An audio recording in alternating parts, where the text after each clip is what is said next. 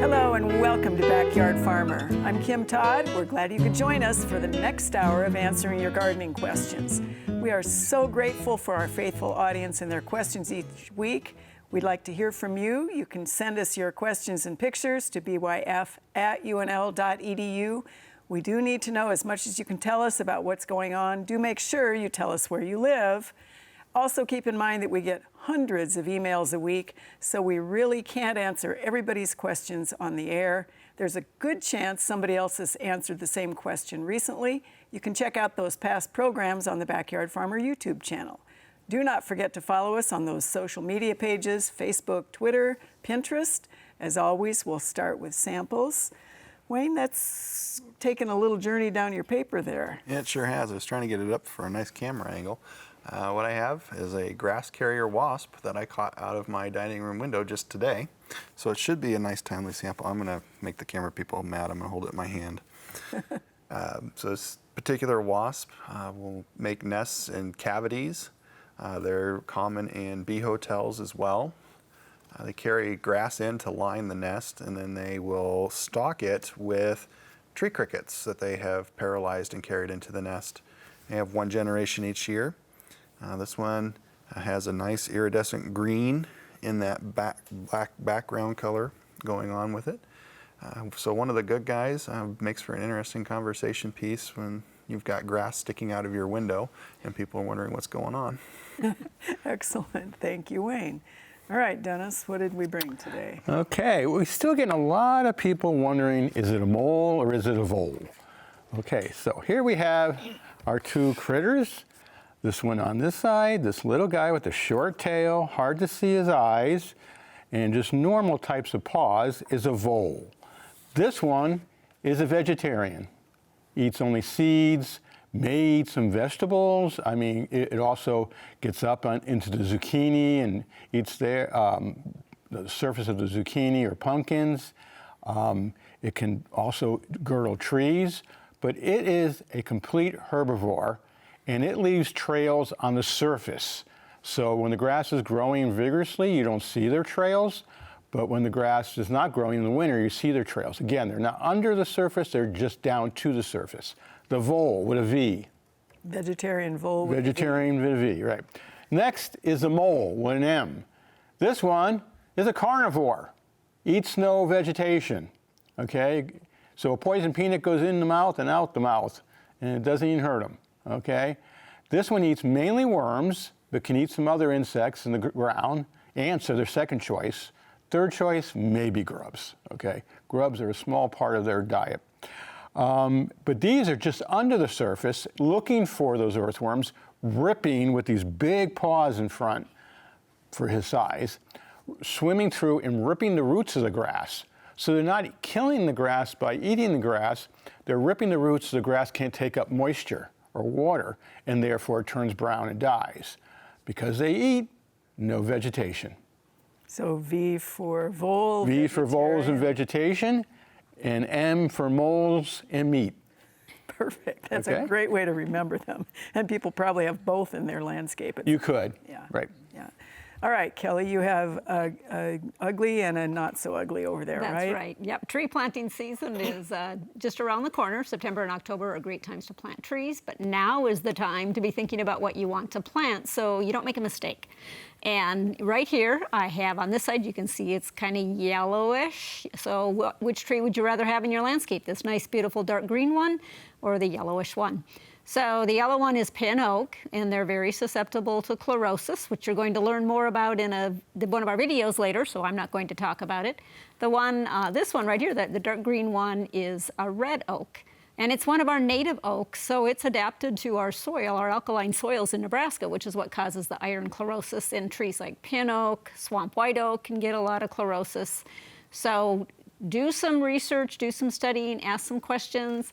Select the right tree so you have a beautiful green one and not an ugly yellow one. I don't know if they're ugly, but they're sickly, and you'll have to treat it for the rest of its life. Thanks, Kelly. And for all of those viewers who love chartreuse plants, you don't want a chartreuse oak. All right, Wayne, you've got a whole bunch of quick ones here, 5 actually. The first is a Blair viewer. Look at sap on this particular pine. The limbs are also drooping. I think we have another picture of this. What in the world is this? This is Zimmerman pine moth, where the larvae have moved in and they've tunneled what's called the whorl, where the branches come out of the main trunk. At this point in time, they're either going to be late stage larvae or pupae inside those pitch passes and maybe in a tunnel. So if this is low to the ground, so you can easily reach, you can try to pull those away and get into the tunnel and pull them out manually. The other thing to think about is those are going to come out as moths. They're going to lay eggs here sometime soon. So September, maybe early, but definitely late August into mid-August, somewhere right in there is when we're going to be expecting to see those young caterpillars, and that's the time to treat either that or then again in the spring when they're coming out as caterpillars before they tunnel in. Excellent. All right, your next one is what is making the holes in this tree. They're in a crabapple. They haven't heard or seen woodpeckers, and they have a penny in there to show the size. Well, this is definitely woodpeckers going after wood-boring insects inside there. I looked really close at this, and I couldn't find any actual exit holes made by the borers. Those are all holes made by the woodpeckers chasing the borers. Mm-hmm. And at this point, with that much borer activity, that might be a remove at ground level type of tree. Former tree. All right. Your next one, this is a dwarf mugo pine. It's been in place for 30 years. She's seeing these white things. She thought they were fungus or mealyworms, but they're not juicy. What are they, and is there a way to wash them off and expect them to be gone? This is pine needle scale, so they're not really one susceptible to washing off. We're getting a little late in the year. I'm not sure you're going to be able to treat for these quite yet. You can either catch them in the crawler stage in the spring when they're spreading out, or if they're already set the scale, you can use a product containing acephate.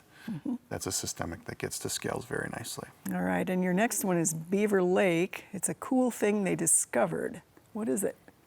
It's the exoskeleton of a cicada nymph. That's so the right. adult cicada has exited its former life and body. Right, pretty fascinating to see how that works. All right, Dennis, you also have a pile here, a quick one, since you have been on for a while. The first one here is a Lincoln viewer. This critter made its way through the front yard on the 1st of August. What is the critter? It's a woodchuck or groundhog. And it will do damage? It will do it's a vegetarian. If you have any cucumbers or if you have fruit that drops, they don't climb very well, but they will take stuff out of the garden. They do dig deep holes next to foundations, so I would discourage him if he's digging holes on the property by packing.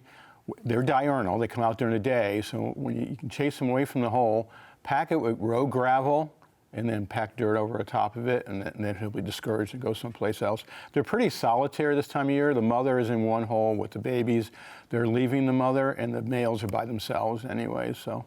All right. Your next one, they found this little guy dead in their yard in Fairbury. What is that? That's a least weasel. In the brown coloration. In the winter, they're all white. So they're a little weasel. They're pretty small. They may take chicks. You know, if you have chickens and small chicks, but they like to take other rodents. They're carnivore and they're native. They're never in big numbers that we worry about, but it's a least weasel. All right. Your next one is a Hastings viewer, 5-gallon bucket. He wonders, is that a vole? It's a vole, and it's a young one, because the tail looks so much bigger in the body. You can tell by the shortness of the body. So that's probably only about it's in just after the fuzzy stage, the hopper stage. For rodents, we have pinky, fuzzy, hopper, subadult. And I would call this the hopper. And so that's a 3-week-old. All right, excellent. Then you have, what is this on our deck railing? That is bat droppings. So the bats must be flying around from the lights coming from the windows or light reflections, eating the moths and insects, and then stopping for a second, doing their job and going on. And I but you think can tell by... Go ahead. I think you have another picture of that as well. Yep. You can tell it's sparkly and has a lot. It's all insect exoskeletons. And so it's definitely bats. Bats. All right. Bats in the belfry. All right. Kelly, you also have a bunch on this first one. This is a Pender, Nebraska viewer. She has these strange tomatoes that grew on 3 different tomato plants. She is 88 years old and she has never seen this before. What is it? Well, it's not real common, but we call it cat facing. And we're not really sure exactly what causes it, but we know there's some, like, the flower or the fruit is interfered with during development. And that's what causes it. I know I've read where low temperatures, exposure to low temperatures can cause it, but I don't think that happened this year, so it's probably something else that just disturbed that flower and that fruit during development. Herbicide, exposure to 2,4-D herbicide can also cause a similar symptom, so that's another possibility. It isn't that common. It's probably most common on the large, round tomatoes, but it'll only affect a few. There's really not much you can do about it. Discard these and enjoy the other ones that you get. All right, excellent. Your next set is something growing in her garden. She has a couple of pictures here. She thought it was a cucumber, and then she got this, and she wonders what it is, and then she must watch our show. She did spread compost. Okay. Because she says, what is it, and is it edible more than once? Which sounds, of course, like our mushroom statement. Right. Okay, so it is a cucurbit. I'm not real sure which cucurbit it is. If it came from compost seed that was in that compost, then it's hard to say what cross it might be, because plants in the cucurbit family can cross-pollinate. So melons can cross-pollinate with one another, cucumbers can cross-pollinate with melons, I think, the different winter squashes and pumpkins can cross-pollinate. So whenever you get a volunteer in that viney or cucurbit family, you're not quite sure what it is. So my guess here, looking at this, the round lobes, the shape of the fruit, it's maybe some type of melon. When I first looked at it, I thought lemon cucumber, but the leaves look more like they're rounded maybe for a melon. So that's just a guess. Edibility, it's fun to grow these, probably just for the novelty of it, but I've had people tell me they taste them and they don't taste very good. Yeah. So if you don't have the space in the garden and you see a volunteer cucurbit coming up, you might want to weed it out or just grow it for the novelty. And since you said that about that one, how about the same comment or something different from this one? Right, same thing. It sounded like this was another volunteer that was coming up. And again, this one, the size of the flowers and the leaves look more like a cucumber, but the fruit almost looks more like maybe a melon coming on. But I think cucumbers and melons can cross, at least some of them. Yeah. So same thing. All right. You know, Nebraska is a great place to grow several varieties of oaks, but occasionally they get problems with insect pests, diseases, or our Nebraska weather. We've received a lot of questions this year about oak issues, so we decided to have Dave Olson from the Nebraska Forest Service talk about some of those common problems.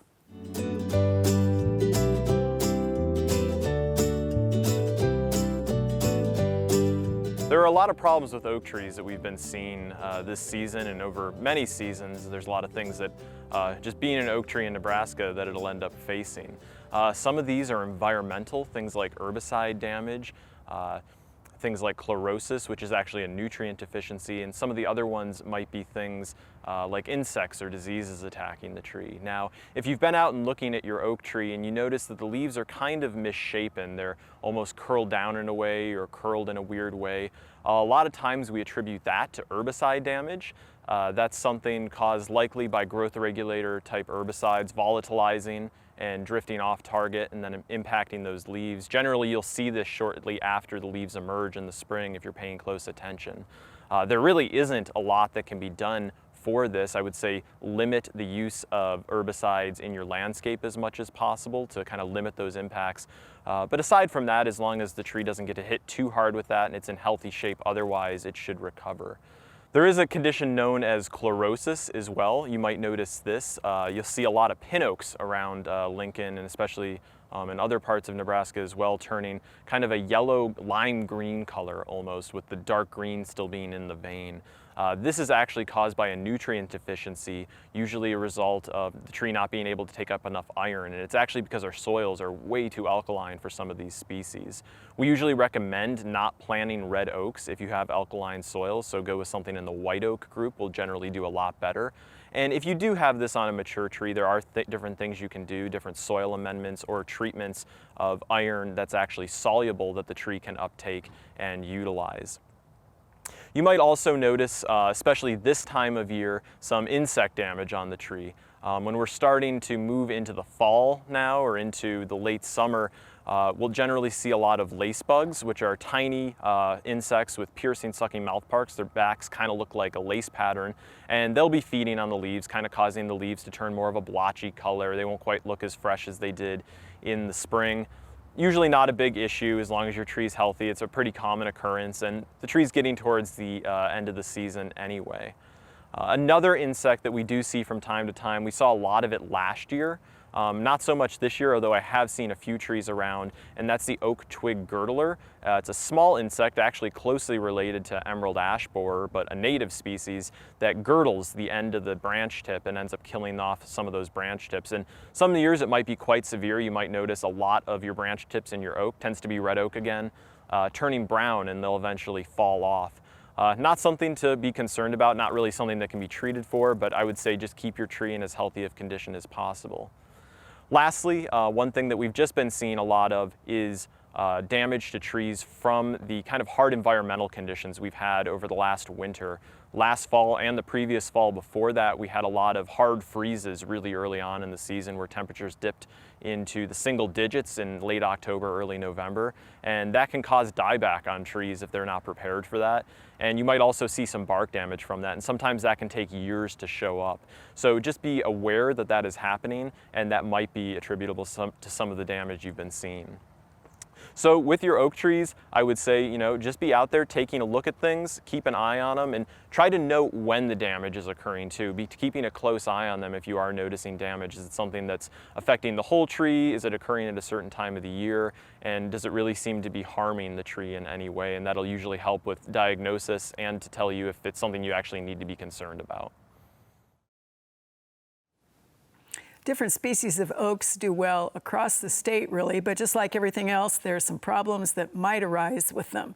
So as David said, keep a sharp eye out for some of those things. Get ahead of it before any infestation becomes a real problem. And as Kelly said, don't pick one that's going to get chlorosis in crummy soils.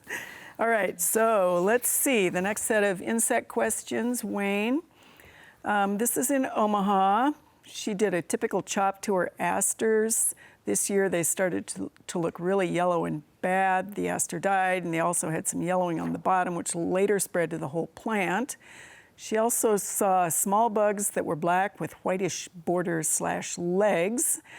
And then sedums and daylilies look healthy, and the zinnias look like this. So she tore them all out because she thought it was a disease, but what's going on here? When I look really closely, I see a couple things going on. I see some dark spots that look like frass, so droppings from the insects that have been feeding.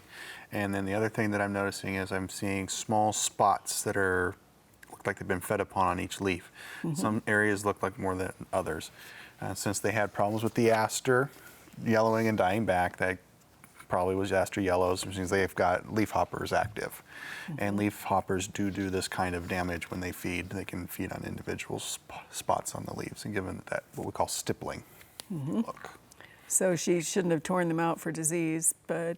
she could have treated them potentially for the leaf hoppers with like a permethrin type product. All right, and then your next set is petunias in pots in North Platte. And she sent this image, and I think there's a close-up of what she discovered. What's that? Those are aphids. These are definitely aphids all over there. The white part are the old exoskeletons that they have shed and moved on to the next stage. And when you look really close, you can see the green ones here and there in the photo. With aphids on something like that, you can use an insecticidal soap. I'm not sure washing them off with the hose would be as effective if they're in a pot because they're not going to go real far. You'll have to make sure you damage them really good when they do come off in order so they don't have the ability to crawl back up on. So insecticidal soaps or the hose may be good choices in this situation. All right, and another generation or no? Hard to tell. It's hard to tell because they intermix so much. So many oftentimes with aphids, when the female pops out the clone of herself, that one that she pops out is already developing the next generation within her. So we call that telescoping generations, where the mother is actually developing her grandchildren inside of her. but she's working on her job. Nasty insects. All right. Dennis, you have, this is a Lake of the Ozarks viewer. Oh. And he thinks this is squirrel damage on his sweet corn. And if it is, or even if it isn't, is there any way to stop whatever is doing this without using something with a bullet in it? Well, to me, it looks more like deer. The reason is the stalks are still standing, and squirrels will actually chew right into the cob. And it doesn't look like bird because birds just kind of shred. So this is pulled down, pushed down, and just the kernels are eaten off, browsed off with the bottom teeth. And so this to me looks like deer. And so I'm not privy to the laws about deer control for farmers or row croppers in Missouri. You need to check on that. If you can, use a firearm if you're in an area where you can use a firearm, because there's a lot of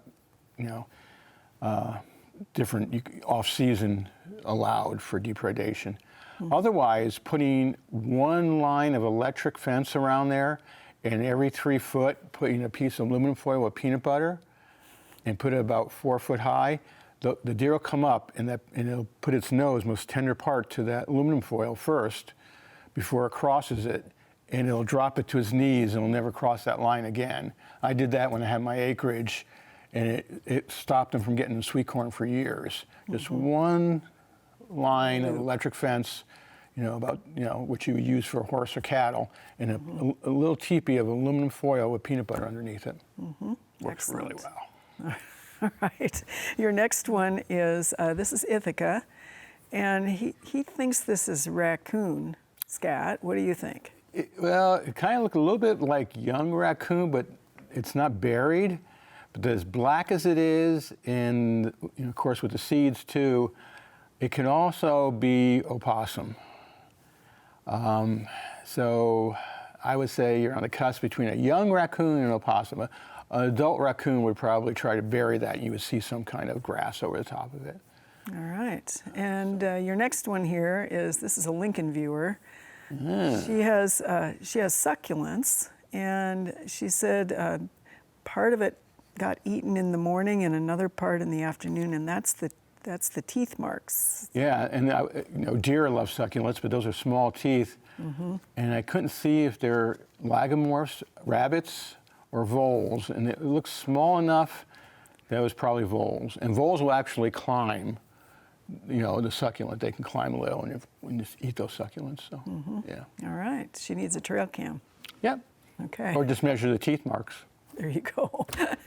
Okay, Kelly, let's see.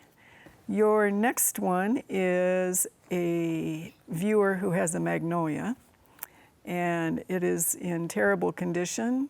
Didn't bloom as well as in past years. Then there are brown edges on the leaves on this one. This is in Holdridge. They do fertilize once a year. It is close to a pine that is infected, but they were unsure about diseases going back and forth.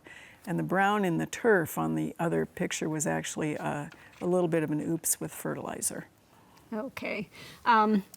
First of all, with the pine disease, the pine in the background, that looked like it had diplodia tip blight. And no, that disease will not affect your magnolia. So that's not what's happening here. The symptoms that we're seeing here, the edges of the leaves turning brown very uniformly, is what we call leaf scorch. And the yellowing of the leaves with the veins being dark green, as many people probably know from watching the show, is what we call chlorosis. And somehow I had missed that the browning was a fertilizer burn. If that happened prior to this, I guess what I was going to say is we usually don't see chlorosis in magnolia. So between the scorch and the chlorosis, it sounds like a root issue, where the roots are not efficiently taking up the water and the nutrients to this tree. Or sometimes there can be a trunk issue where the cambium has been damaged in some way, so again, the water and the nutrients are just not getting to the leaves. So it's one of those two situations. It is possible that that fertilizer burn could have burned some of those roots as well and contributed to the problem. I know when I looked closely at the tree, the picture of the tree itself, it looked like there might be some trunks that are close together. Maybe check there to see if there's any cracking, maybe water getting in there, any decay. There's a lot going on at the base of that tree, a lot. So if there's a lot of traffic in there, you're doing a lot of compaction of that soil, which would be damaging to the roots potentially. So if you want to try to save this tree, I guess maybe remove some of the stuff that's around the base of the tree, put a 2 to 4 inch layer of wood chip mulch around it, keep that soil somewhat moist, and see what happens down the road. All right, thanks, Kelly. Your next one is a Northwest Omaha viewer. This is Semsorbaria, which is the ash leaf or the false spirea. Normally she cuts it back as you should, grew back nicely. Usually now this is happening with it. Is this due to heat, moisture? What's going on? Again, there was some scorching on the edges of these leaves again, and they did look chlorotic as well, which is unusual for this particular plant. So, you know, it said it was cut back in early May. You know, we had that growth was probably pretty lush and tender that first 2 weeks of June when we had that high heat and high winds. So I'm going to say it is probably environmentally related, and or could be another root issue as well. But it's kind of a wait and see situation, see what happens next year. All right. Provide adequate moisture without overwatering. Your next one is Hebron, and one side of the bald cypress looks like that. Okay. Well, the main thing that causes yellowing in bald cypress is drought is one possibility. So if you are in that area where it's pretty dry, then drought could definitely be contributing to this in bald cypress, and you need to do a good deep watering, moisten that soil a good 8 inches deep beyond the drip line.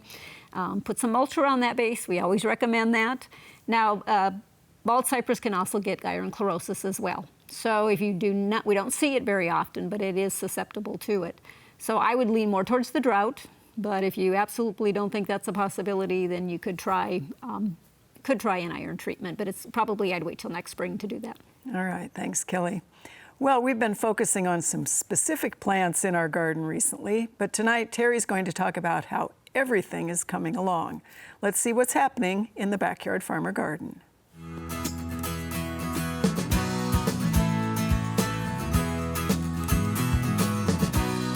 This week in the Backyard Farmer Garden, we're going to kind of start to maybe look back. It's the 1st of August, see how our garden is going.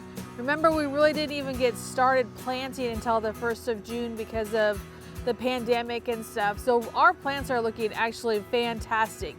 We were able to get some really good mulch down. That's really helped suppress a lot of our weeds. It's also helped control a lot of our water issues that we've had when we've had infrequent rains around Lincoln.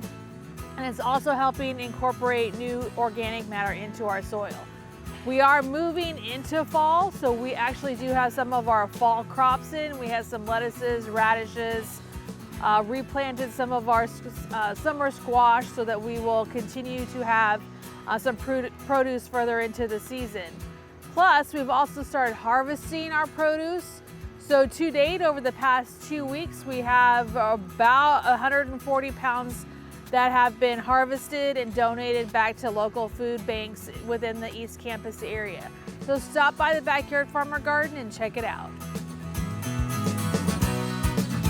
Right now it is time for the lightning round. Kelly, are you ready? I'm ready. You're going to win it, looks like. I'm going to win it. All right. I lost last time.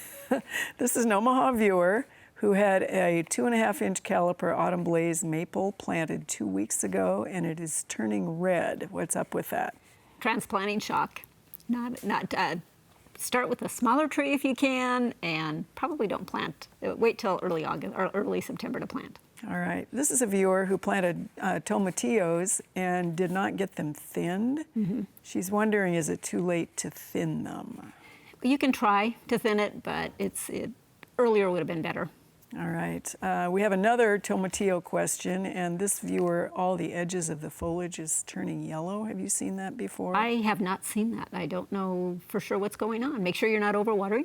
Okay. That yellowing of foliage can cause that. All right. We have a viewer who wants to know whether the Blue Fortune hyssop, one of the agastachus, can overwinter in a container. It's risky doing that because the roots are not as hardy as the above ground part. Or I mean, as roots. The roots are not as hardy. So if they're above ground, then they may not survive. So that is risky. You can try it, but it's risky. All right. Nice job. Interesting questions from our viewers. They are different. You ready? Yeah, I'm always ready. Okay. All right. So this is a viewer who had what he thought was deer strip the bark off his redbud, even though it was wrapped for the winter. What would strip the bark of a tree that's wrapped? It could be squirrels or it could be deer. It could be either one of the two. All right. And what did they do to keep it from happening again? Put a trail cam out and find which one it is, and then you would have to either put a protective wrap or trap it. All right. This is a Springfield viewer who wonders whether human hair will keep rabbits away. No, not unless you run around the yard and try to chew on the rabbits. They don't know you're a predator. This is a Unadilla viewer who says the city of Unadilla rabbits are not covering their scat. Do raccoons always cover their scat? They usually do, young ones don't. Okay. We have a Kearney viewer who wants to know how to keep the squirrels from chewing on their vinyl fence. That's territorial marking. Use heavy cayenne pepper and vegetable oil. All right. In Lincoln, would a little baby bat hang all by itself really low on the brick under a porch? This time of year, yes, that's the young of the year. All right. Council Bluffs, we have a cardinal with no head feathers. Okay, if they get mites or different things, they can't pick mites off their head because you can pick them off your wings and try to chew on your hair. You can't do it. So that's not 100% uncommon. Okay, thanks. Wayne. I'm not sure I can follow that one up. Okay, this is a viewer who has been managing their grasshoppers with Tempo for 10 years. No grasshoppers this year. Does this have anything to do with the large number of dragonflies around? Absolutely not. All right. What was the beautiful butterfly that was one of our beauty shots after? Red-spotted purple. Red-spotted purple.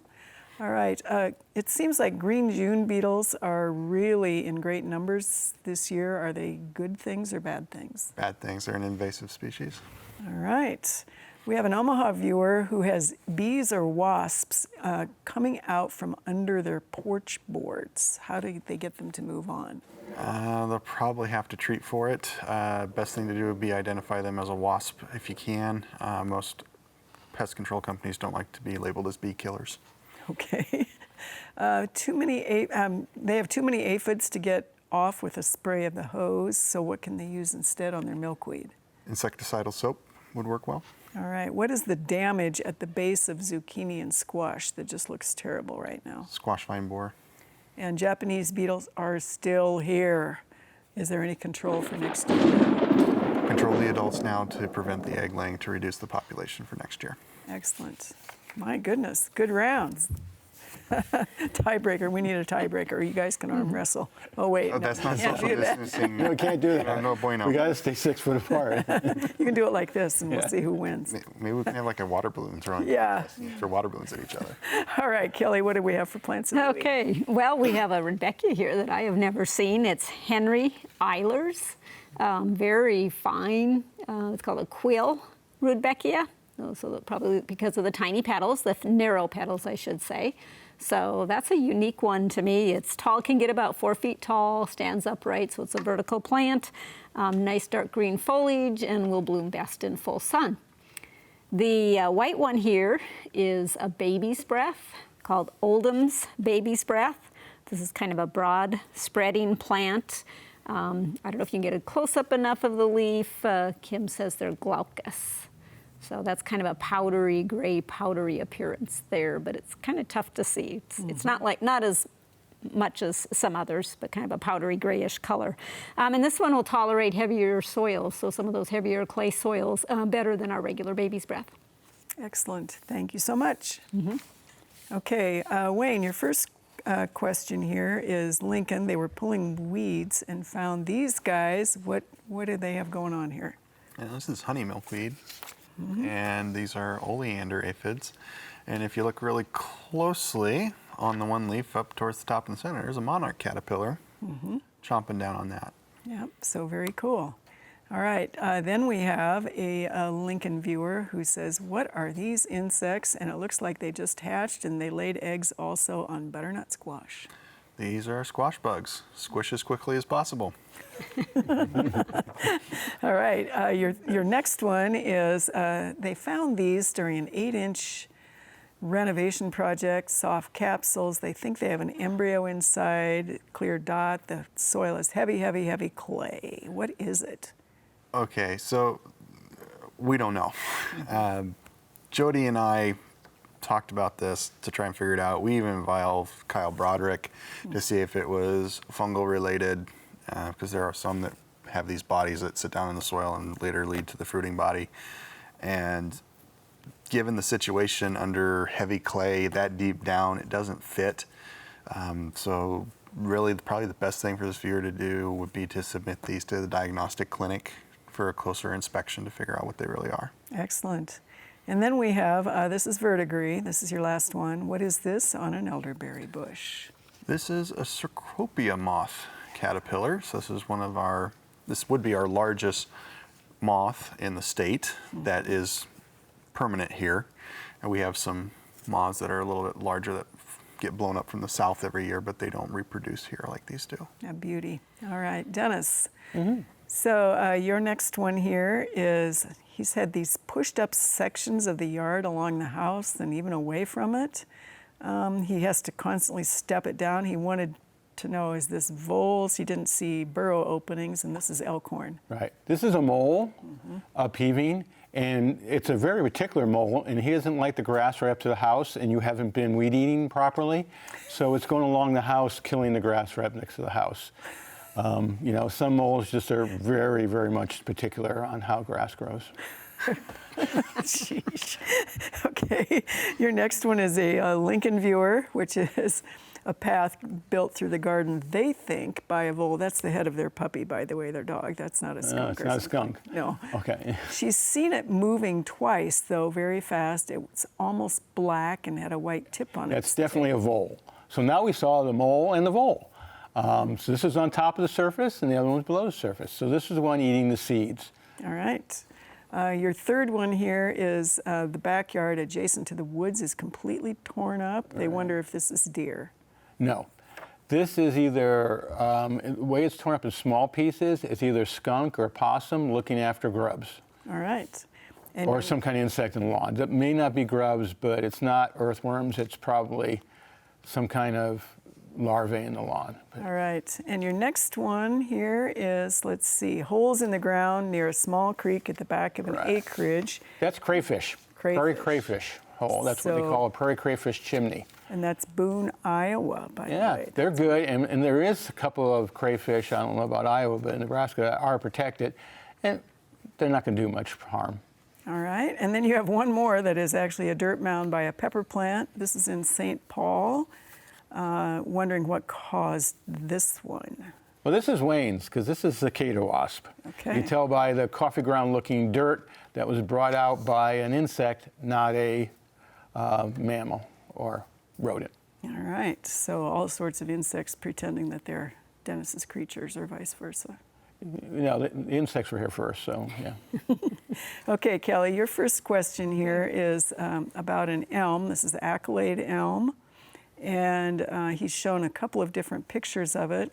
The first one, I think, is the tree itself, and he's saying that the one side is pretty thin and dead, and then he's got a picture of the trunk and is wondering whether or not they can save this particular tree. So, Well, I guess it all depends on what's going on. In the other picture, it looks like there's quite a bit of borer damage. Do you agree, Wayne?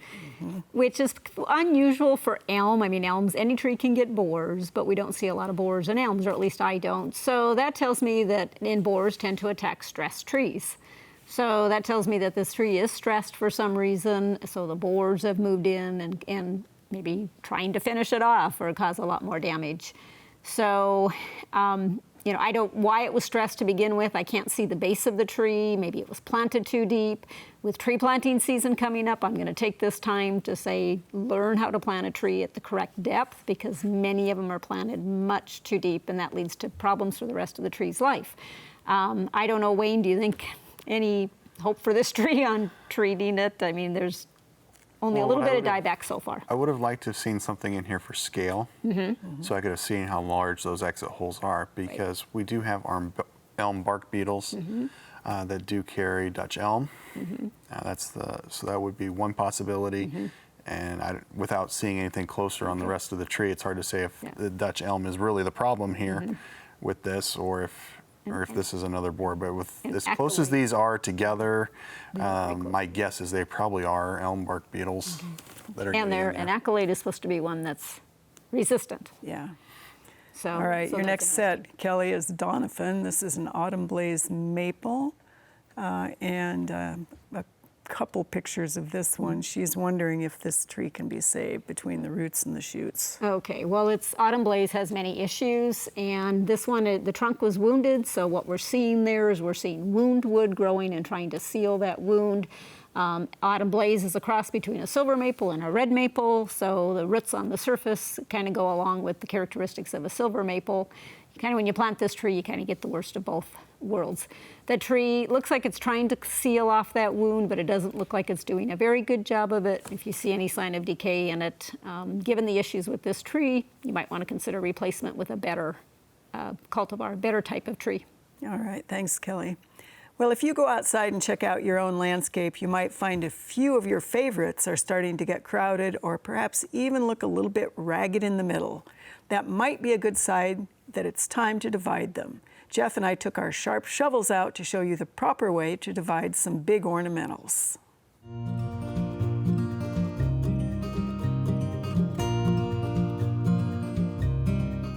We get a lot of questions on Backyard Farmer about how to divide perennials. Some are easy, some are a little trickier. And while this is not exactly the time of year when we would be dividing a lot of our grasses, especially the warm season grasses, some of the reasons for division include dead centers in the middle of it, too large, spreading outside their space, want to give a piece to the neighbors, all those reasons for doing the division. So Jeff and I took our sharp spades out, and we're going to show you exactly how to do some of the division on some of those tricky plants. So if you have one of these lovely hardy hibiscus at home and it's gotten pretty big, or as Kim mentioned, you have a friend that really would like one as well, this is a plant that you can divide. It takes a little bit of effort. They're a bigger plant, but certainly it's something that you can divide. This is not something that you want to divide frequently. Maybe, you know, at least every 6 to 10 years you could do it, but it's not something you want to do annually or anything like that. And so when dividing a plant this large, you want to make sure that you're digging around it and getting as much of the root as possible. You'll gently lift this, and then as we get it out, you'll check the root system, make sure that we're in good shape, clean up any broken roots or anything that needs trimming. I like to clean them up with my pruners, get things so they're nice and smooth. And then with a sharp spade, you can divide it. And really, I wouldn't want to do any more than just dividing it in half. This is not something, maybe like some of the grasses or something else we'd look at, you could divide it into smaller pieces, but this is something I would just split in half. Find a good place to divide it, and then again, put it into your prepared hole. You want to bring in some things. You want to make sure that the hole has good topsoil, or add some compost, something like that, to get it off to a good start. And then make sure that you're keeping it watered as we go through the fall, and it should be off to a good start. And by spring, you'll have yourself 2 beautiful hibiscus. We're going to look at dividing some grasses. We have our cool season grasses, those that have flowered, and you can see this is already done flowering, and we have this nice seed head here that we can see. It's very ornamental. So this is a reed grass. This particular one's overdam, but Carl Forster is a very popular one. The warm season grasses, so Indian grass, big blue, little blue, those are typically done earlier in the spring. You can do them this time of year. You know, you may not be quite as successful as you'd like, but you can do it if you do it very carefully. So as Kim mentioned, one of the reasons we want to divide these grasses is because as they continue to spread a little, they'll get bigger, they may kind of overgrow their spot. And the grasses are relatively simple compared to the hibiscus. Again, we want to take as big a root ball as we can. You can split these into smaller pieces. And again, as the site that they'll be planted into, we want to make sure we have that prepared and ready ahead of time, give some thought to how you want to have them laid out. And then you can get those installed and then water through the fall and have them ready for spring. So many of our perennials also can be divided this time of year. And again, the same principles that Kim talked about as far as preparing the site ahead of time, making sure that we're taking a good clump out. And with these coreopsis, you can see you can pretty easily come in and take out a good plant at a time. And then you can place them the way you want them. But something like this coreopsis here is a very simple plant that can be moved. And you'll see too with many of these, they have a tendency to die out in the middle.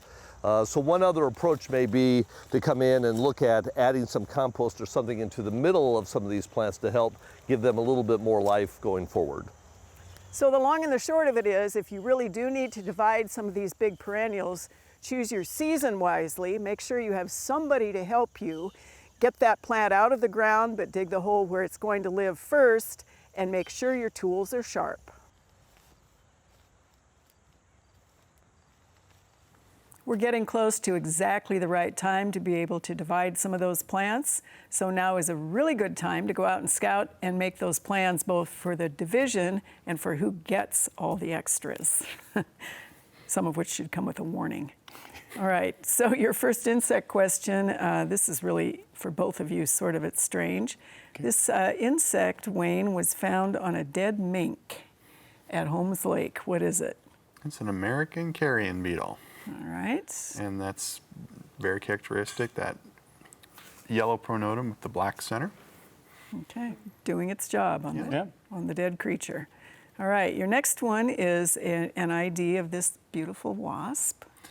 This is a blue mud dauber. Mm-hmm. Making those organ pipe type, sometimes they're called organ pipes, mud nests in the secluded areas, protected areas. Okay. Garages are a great place for those. Cool, and then you've got a spider ID. That almost looks like fake. You know what really threw me for a loop on this picture was the coin from Bermuda. So I have no idea exactly what the scale size on this is because I am not familiar with my Bermuda coins. But this is definitely a wolf spider. We look at the eyes, we can see the box of the 4 eyes on top of the spider. Looking at the coloration, I think this is in the genus Hogna, but it's one of our spiders that really cleans up a lot of crickets. All right, and then your next one, they think this is a spider. Not quite. Yeah. Those long antennae may give the appearance of that extra pair of legs, but this is an immature wheel bug. Excellent. So another one of those that helps clean up other insects for us. We've had a lot of wheel bugs this year. Yeah, about every night I'm on. All right, Dennis, you have some little toads and frogs. Your first one here is tiny little green one here in Lincoln. That's a newly metamorphosed Cope's gray tree frog, and they do have a green phase. But they're common, and that's a newly metamorphed, which means it just came out of the tadpole stage. Excellent. All right. So then you have another one that is this guy. And that's an adult. Yep. I don't know if it's its parent, and it doesn't know either. But that's an adult Cope's gray tree frog. All right. And then you have a third, which is a frogage. Okay, I can see it's a leopard frog, and we have 2 species of leopard frogs in Nebraska. That one has a white dot in the tympanum, and the dorsolateral fold is broken, so that's the plains leopard frog. All right. A fairly common, but getting less common because our invasive bullfrogs are eating them all. Kill the bullfrogs. And eat their legs? Eat their legs, yeah. They're in season right now. Okay. Kelly, your first one here is a plant identification. It just popped up, and she says the fronds close at night. Well, it looks like a mimosa or a silk tree is a common name for it. It's a zone 6 plant, so where it came from in our zone 5 climate, but in a microclimate in town, maybe there's one growing there that has survived. So it's a tree seedling, zone 6, that might not survive. All And right. they're fast-growing species. They're not the greatest. And anybody who has ever had a sensitive plant, house plant, that's the Right, for the- it's for the same foliage thing. to If you close touch up. it or at night, they close up. right. All right. And your next one here is Frontier County. So this is Stockville, Nebraska. Okay. And she says that the grass blades might confuse us on this one, but what do we think this is? This is one of our native milkweeds. It doesn't look like a lot of the other milkweeds, but it's whorled milkweed. So it has the very fine leaves that kind of grow as a whorl around the stems. Butterflies, monarchs are attracted to it, will lay eggs on it, but it is one of our toxic ones, so it can be pretty toxic to cattle, livestock. They have to eat quite a bit of it, I understand, but if it's growing in a pasture, you probably don't want it there. But otherwise, whorled milkweed, one of our natives. Excellent. Well, we always do announcements of interesting things going on. If you send them to us, we will try to get them on air. Of course, our Grow Big Red virtual learning series is still going on, and tree problems is the next one. You can register at go.unl.edu/growbigredvirtual every Tuesday through September at 7 o'clock. Extension folks are the ones on that one. And then, of course, we have Digging Deeper with Backyard Farmer. You can watch us on Facebook Thursdays, right after the show at 8 p.m. Follow us on Backyard Farmer in NET, Nebraska. And we're really having a lot of fun with that show, I think, aren't we? Since two of these panelists were on a couple of our next shows up. All right, we have a little bit of time left for a couple of questions, Wayne. So this question comes to us from the central part of the state. And they're wondering, again, emerald ash borer has gotten there. So we're Kearney, we're all sorts of other places. What should they be looking for, and or should they treat their trees, and if so, when? All right, let's start with the treat the trees problem first. You should not be treating your ash trees unless you're within 15 miles of a known infestation. All right. So that's your 15-mile loop, and if you go to the Nebraska Forest Service's webpage, look at their emerald ash borer information, they actually have a map with a little 15-mile circle drawn around the known infestations. So you can get a pretty good idea whether or not you fall within the circle. Okay. So that would be the first thing to do. Second thing to watch for, there's a laundry list of things that you can watch for. Increased woodpecker activity on the tree is one thing to watch for. Die out in the top, working its way down, is another thing, but that can happen with other problems as well. Rain sprouts, or those adventitious shoots coming off of in great numbers, is another thing to watch for, but the telltale sign is that D-shaped exit hole that we're looking for. I had to go look at one last week in Norfolk that someone thought they had it, but the exit hole was a little large and it came out at an angle. So it wasn't an emerald ash borer, it was one of our other native borers. So you gotta be really careful. If you have something that's suspected, contact your local extension office or the Nebraska Forest Service to get that rolling. Don't go broadcasting it to your friends because it is highly possible it could be something else. All right. Thanks, Wayne. All right, Dennis, this is the central part of the state, Cozad area. Okay. Issues with rattlesnakes, and is it prairie dogs, or why are people seeing rattlesnakes all of a sudden in some of these locations? Well, I think people are out more, looking more. I've spent a whole month of June tracking rattlesnakes, and in the Panhandle they're stable, but most other places they're still on the downslide. So I wouldn't say there's too many at all. Just remember, 75% of the people that get bit are trying to kill it or catch it. If you see it, walk the other way. It'll always go the other way. Once you get 10 foot away, it'll go the other way. You stay within 10 foot of it, it's going to rear up and try to defend itself from being killed. And you can't say, well, I'm going to kill it because I have children. No, teach your children to walk the other way. Because if you go after it, you're going to get bit, and that's not good for your children. So walk the other way. All right.